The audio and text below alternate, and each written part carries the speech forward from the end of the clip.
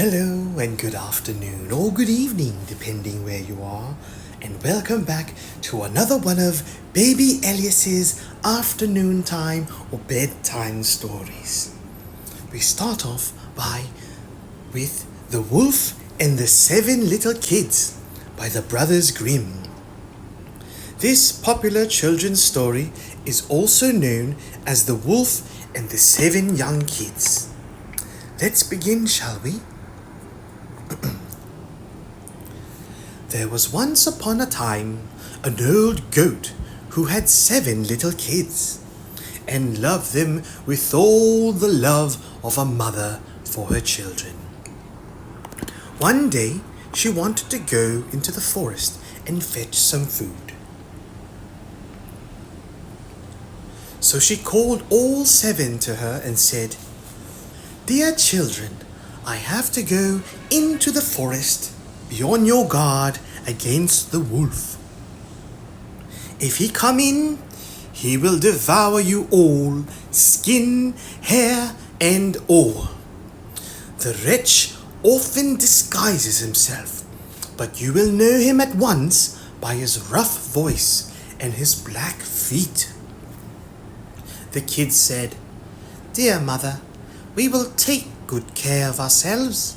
You may go away without any anxiety." Bah! Then the old one belated and went on her way with an easy mind. It was not long before someone knocked at the house door and called, "Open the door, dear children. Your mother is here and has brought something back with her for each of you." But the little kids knew that it was the wolf by the rough voice. "We will not open the door," cried they. "Thou art not a mother. She has a soft, pleasant voice, but thy voice is rough. Thou art the wolf." Then the wolf went away to a shopkeeper and bought himself a great lump of chalk, ate this, and made his voice soft with it. Then he came back, knocked at the door of the house, and cried, "Open the door, dear children. Your mother is here and has brought something back with her for each of you." But the wolf had laid his black paws against the window, and the children saw them and cried, "We will not open the door. Our mother has not black feet like thee. Thou art the wolf." Then the wolf ran to a baker and said, "I have hurt my feet. Rub some dough over them for me." And when the baker had rubbed his feet over, he ran to the miller and said, "Strew some white meal over my feet for me." The miller thought to himself, "The wolf wants to deceive someone," and refused. But the wolf said, "If thou wilt not do it, I will devour thee." Then the miller was afraid and made his paws white for him. Truly men are like that. So now the wretch went for the 3rd time to the house door, knocked at it, and said, "Open the door for me, children. Your dear little mother has come home and has brought every one of you something back from the forest with her." The little kids cried, "Bah!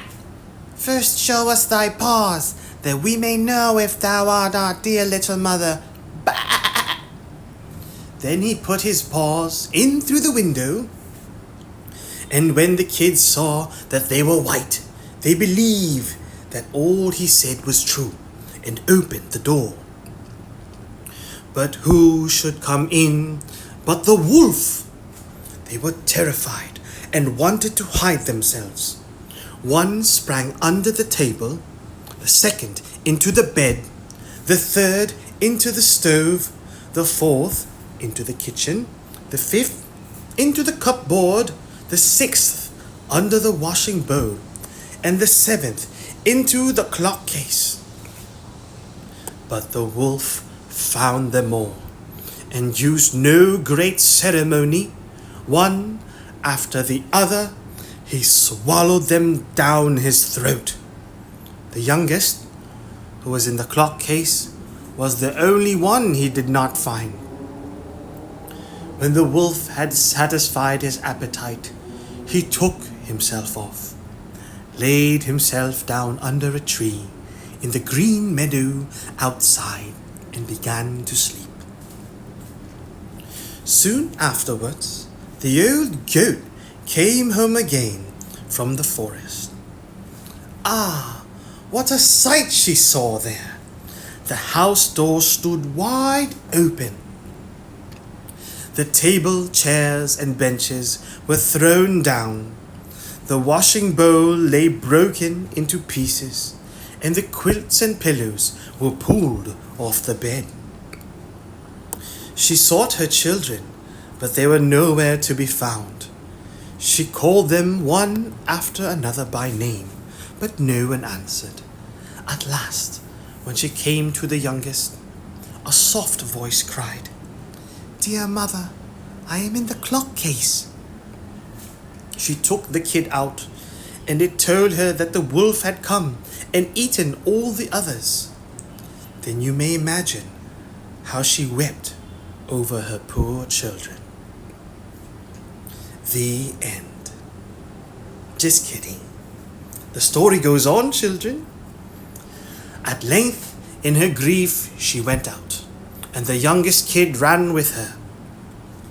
When they came to the meadow, there lay the wolf by the tree, and snored so loud that the branches shook. She looked at him on every side and saw that something was moving and struggling in his gorged belly. "Ah, heavens," said she, "it is possible that my poor children, whom he has swallowed down for his supper, can be still alive." Then the kid had run to home to fetch the scissors and a needle and thread, and the goat cut open the monster's stomach.